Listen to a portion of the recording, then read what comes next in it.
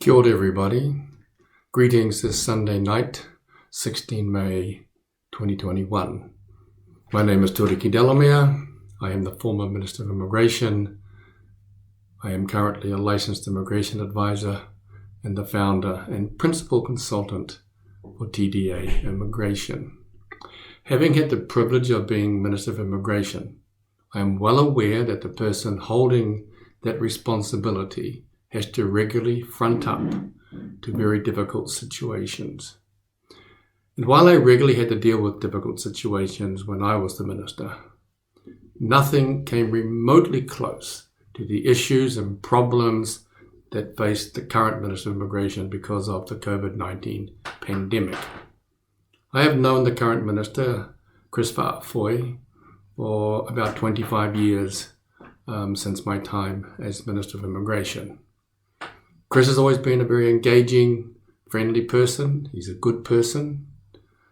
And I believe he's a person who wants to do what is right. And this is what's so disappointing about Kris's performance in managing and overseeing the immigration portfolio. Because regrettably, it is clear that Kris seems to be out of his depth with the immigration portfolio, as he clearly doesn't understand the policies that he's responsible for.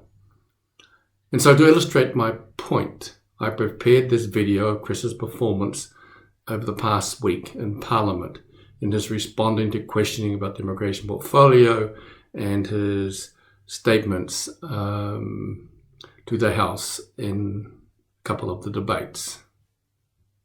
However, before I start, let me address the rumours that have been floating around the past few days that the government is going to cancel 30,000 visa applications, including all of the skilled migrant category applications. It's a rumour. Will it happen? I have no idea. We'll have to wait till tomorrow to see if that rumour is true. For me, I just ignore all the rumours. I deal with facts. And right now, the facts are that there is no cancellation of visas. Should it happen, and I'd be surprised if it did happen, but if it does happen, we'll deal with it at that time. So let's wait till tomorrow and see whether these rumours are true. I hope they're not. I'd be very surprised if they were, but that's not my call. And right now, as I said, they are just rumours. Could the Minister explain what visa an 18-year-old with no experience or qualifications would get that would put them on a pathway to residence? Mr. Speaker, there are a number of options available to someone in that situation. As I mentioned in the annual review debate on Tuesday, I clarified that situation. Someone in that situation could apply for a work visa if they separated their application from the residency application of their parents. Okay, you just seen the response by the Honourable Kris Faafoi to a question from America Stanford. Say this, Minister, there is not, as you claim, a number of options available. There is only one pathway to residence for an 18-year-old kid with no experience and no qualifications, tertiary qualifications. And that is to enter into a genuine and stable partnership with a New Zealand citizen and residence visa holder. And I imagine most 18-year-olds, that's the furthest thing on their mind as to what they want to do. But that is the only option. And your suggestion, Minister, that the now 18-year-old dependent child separate themselves as a secondary residence visa applicant from their parents' skilled migrant category residence visa application is simply ludicrous. As long as that child remains single, unemployed and fully financially dependent on their parents, they will be granted residence when their parents' SMC residence visa application is finally approved. And Kris, this is the problem with your response. You are giving false and misleading information. And when an applicant provides incorrect information to Immigration New Zealand, they are usually threatened with the cancellation of the existing visa and or decline of their application, even when the incorrect information was clearly a mistake or made because of misinterpretation of an Immigration New Zealand form. Let me give you the most obvious example that many people have gone through as to misinterpretation of an immigration application form, for which immigration regularly goes after the applicants for providing what they claim to be false. And that's marital status. Now, among the options that a person can choose for marital status, you can choose single, widowed, divorced, de facto. If you are widowed, you are single, Kris. If you are divorced, Kris, you are single. And de facto, well, that's not a status recognized in many countries. No such thing in many countries. Yes, it's something here in New Zealand, but overseas people don't know what you're talking about.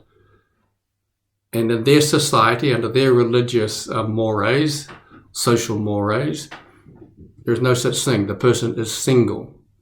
But when they give answers like single, and they may be divorced, widowed, or a de facto relationship, your immigration staff, your immigration department comes after them and says they are providing false and misleading information. And that's just not true. What it is that you have a question on immigration forms that's not actually fit for purpose, Kris. You need to fix it, okay? And you need, going back to your point about the kids can separate themselves from their parents' application. All you're doing is setting that kid down the path of no return.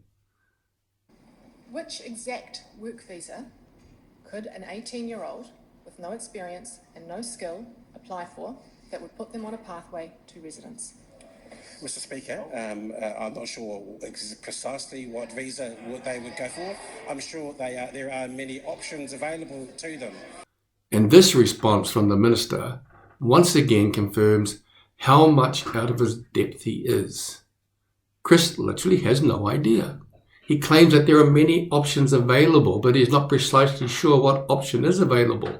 Kris, that's your job to know. If there are options, you're supposed to know them. But as I said a few seconds ago, there are no options for those kids other than getting hitched to a Kiwi. You need to brush up on your knowledge on your own portfolio, Kris. And as I say, I would push against the statement that some of these people who are turning 18 have no options. They do, and I'm sure some of them know that, and they have been reflected by me already in this debate. Sorry, Kris, but no, these kids don't know what those options are. And this is because they know there are no options. Only you think there's options. There is no options. The only thing you have reflected is that you don't know or understand the policies that you're responsible for. And that's not good enough, Kris. That's not good enough.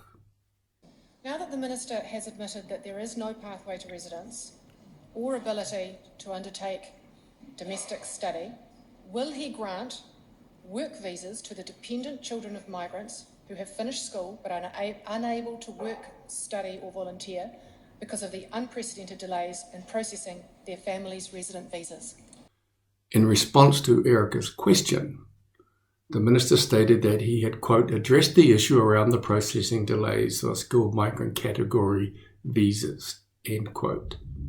No, you didn't, Kris. All you did was confirm to all of us that you don't actually know what you're talking about, but you refuse to admit it. However, Kris, you do have the power to do something about it. With the powers that you have under Section 378 of the Immigration Act and the Immigration COVID-19 Response Amendment Act, you can actually do something positive for these migrants and positive for the country at the same time.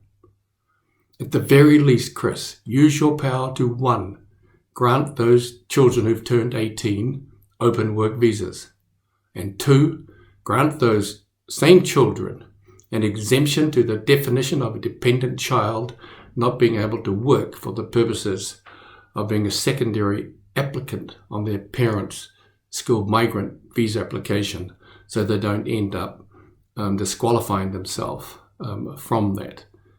and that should remain in place until we come out the other end of this COVID-19 pandemic.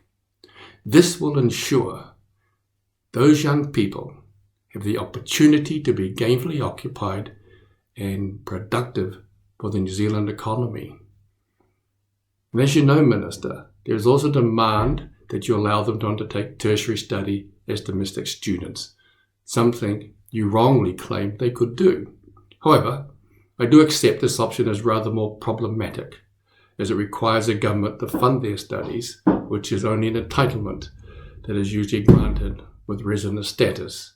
So I can understand your reticence. But first, again, get your knowledge correct. The only student visa they can do is international student paying international fees. Supplementary question, Mr. Speaker. Will he now admit that by separating from their parents' residence application, those children over 18 would have no pathway to residence and no option but return home and be split from their families? Mr. Speaker, if the member is referring to the issue that I raised in the answer to my primary question, I did not say at that time that they had a path to residency, and have clarified that issue in the answer to my primary question. Sorry, Kris, but with all due respect, you did not clarify anything. And to most people who have watched and listened to you in the past week, we all believe, not just Eric at Stanford, we all believe that you stated emphatically that these kids turning 18 had options for a pathway to residency, and they don't. Only if they stick with their parents' application. And other than a genuine stable partnership with a Kiwi New Zealand citizens or resident visa holder, they don't have that option. If they separate themselves from their parents' skilled migrant application under existing policies, they will inevitably end up as overstayers and required to return to their home country, either voluntarily or by enforced deportation.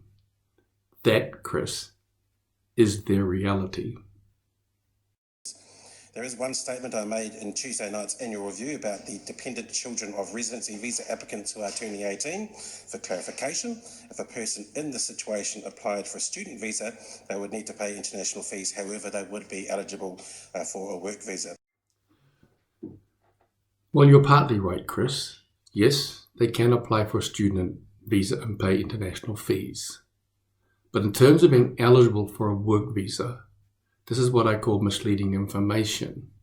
You need to be more open, transparent, and honest in your responses. What they would be entitled to is an open work visa for up to 20 hours a week if they are granted an international fee-paying student visa.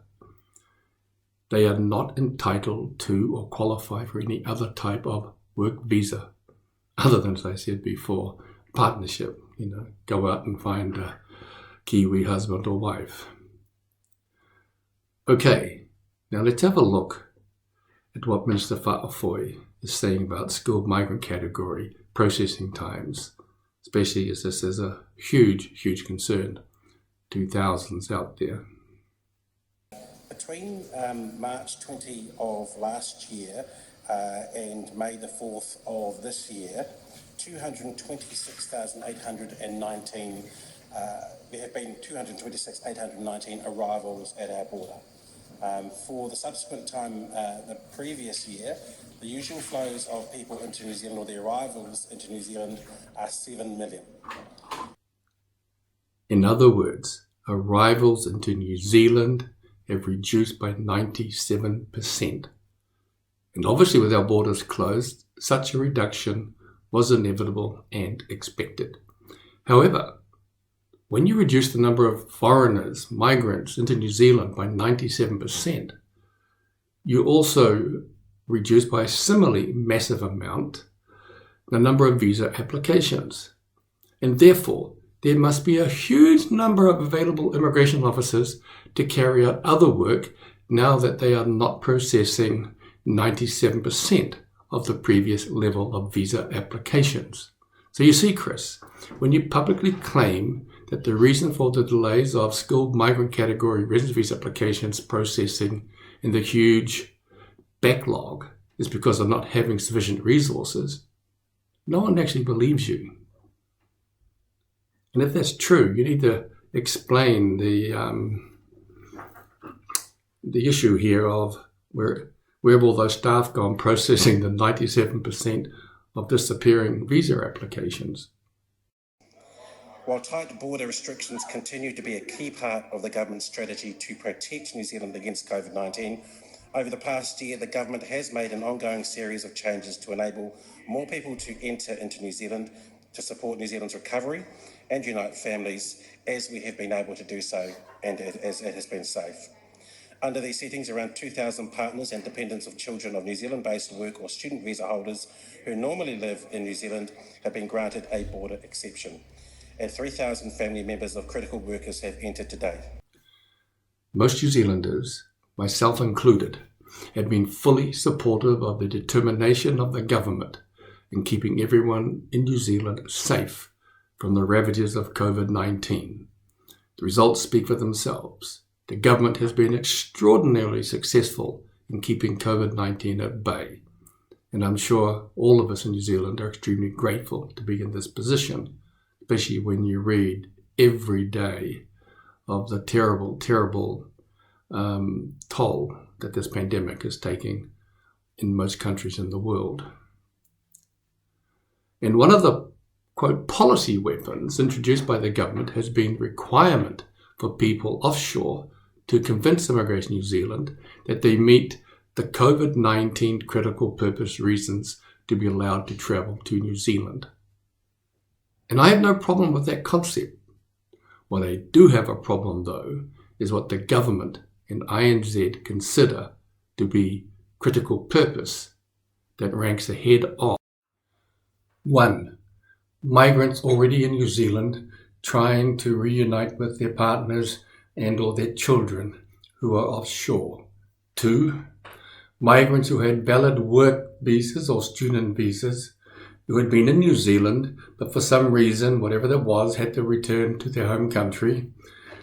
Perhaps a family member was sick, vacation, then maybe they got married. Whatever the reason, they're offshore when we went into lockdown and they've been trapped offshore ever since.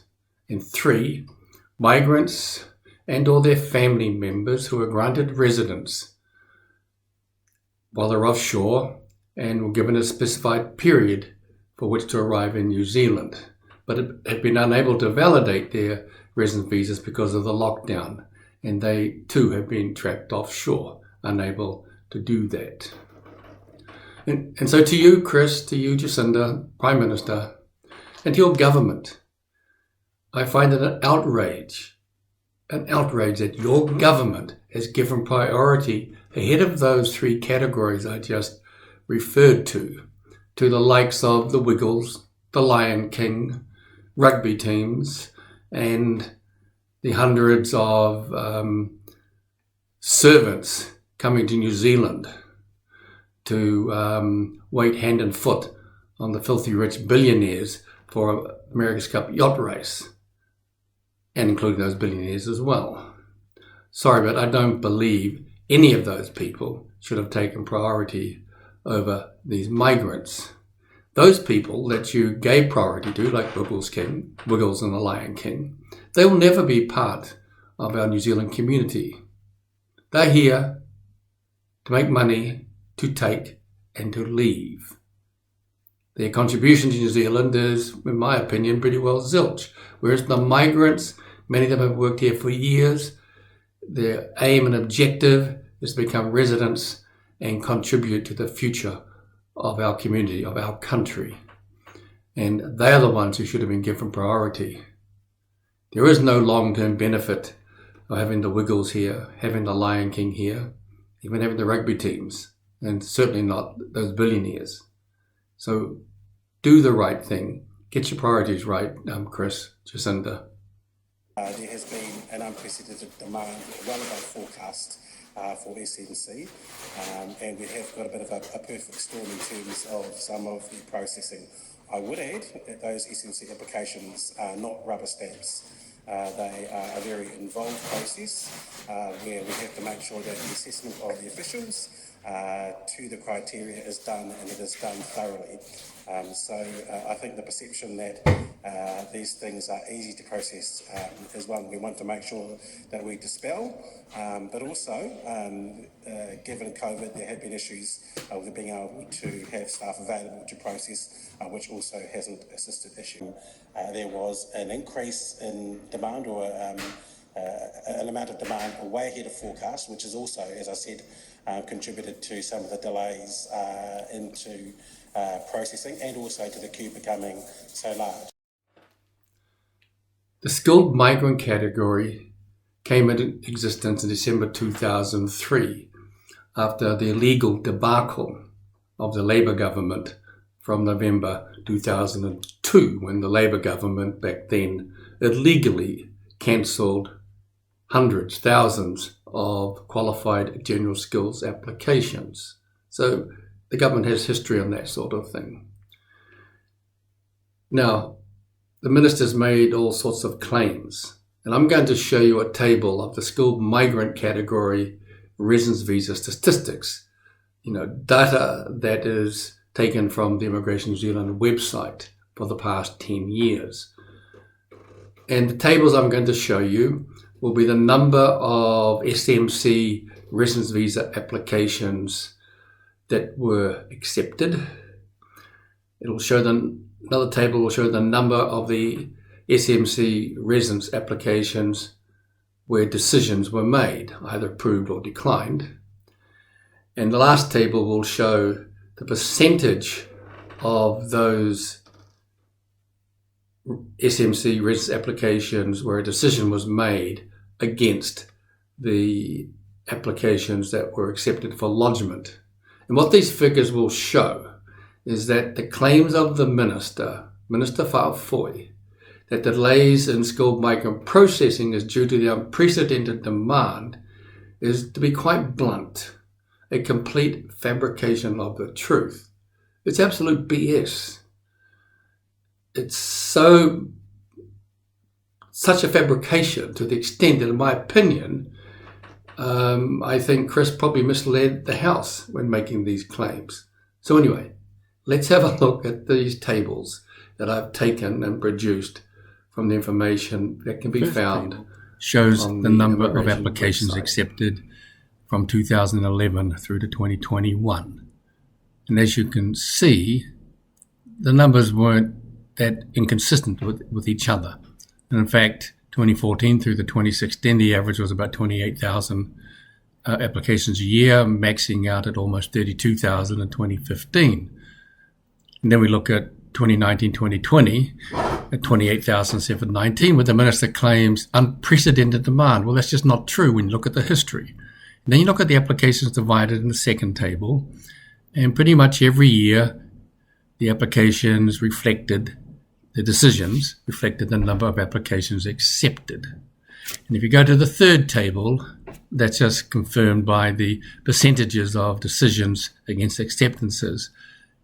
They pretty well reflected around the 100% mark, which is what you would expect. All applications being processed and decided usually within 12 months, or most times 6 months, until we got to the Labour government coming in at 2018. But all of a sudden, you see things collapse.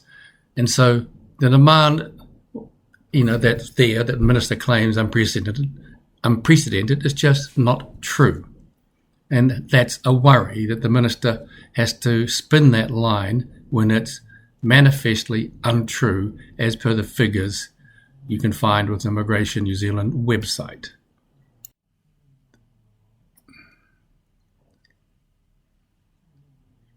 Because there is an assumption that is loaded into some of the questions, that if people are in the SMC queue, that they will definitely be granted residence. That is not a certainty. Minister, it's undeniable that the COVID-19 pandemic has massively complicated the management and administration of the immigration process in a way that no other minister of immigration or government has had to deal with in our history. However, let me say this to you, Minister. The statement of yours that these people have assumed that they are definitely being granted residency is a slur. It's an insult to the thousands of migrants who are currently in limbo because of the actions of you, of Jacinda, of your government. I can say to you that not a single one of the hundreds of my clients applying for resident status, and probably the thousands of others who are also applying, have ever made the assumption that they will definitely be granted residency. For sure, it is their hope, it is their dream. But you have no right to go out and say that they have made an assumption that they will definitely be granted residency. That's offensive, Kris. While they feel confident that they qualify, they sure as heck do not assume, as you claim, that they will definitely be granted residence. So anyway, everybody, I hope this video was useful. I just wanted to point out, the problems we have. I mean, as I said, Minister Faafoi, I've known him for 25 years. He's a good person. He's just not getting this right on immigration, and he needs to pick up his game.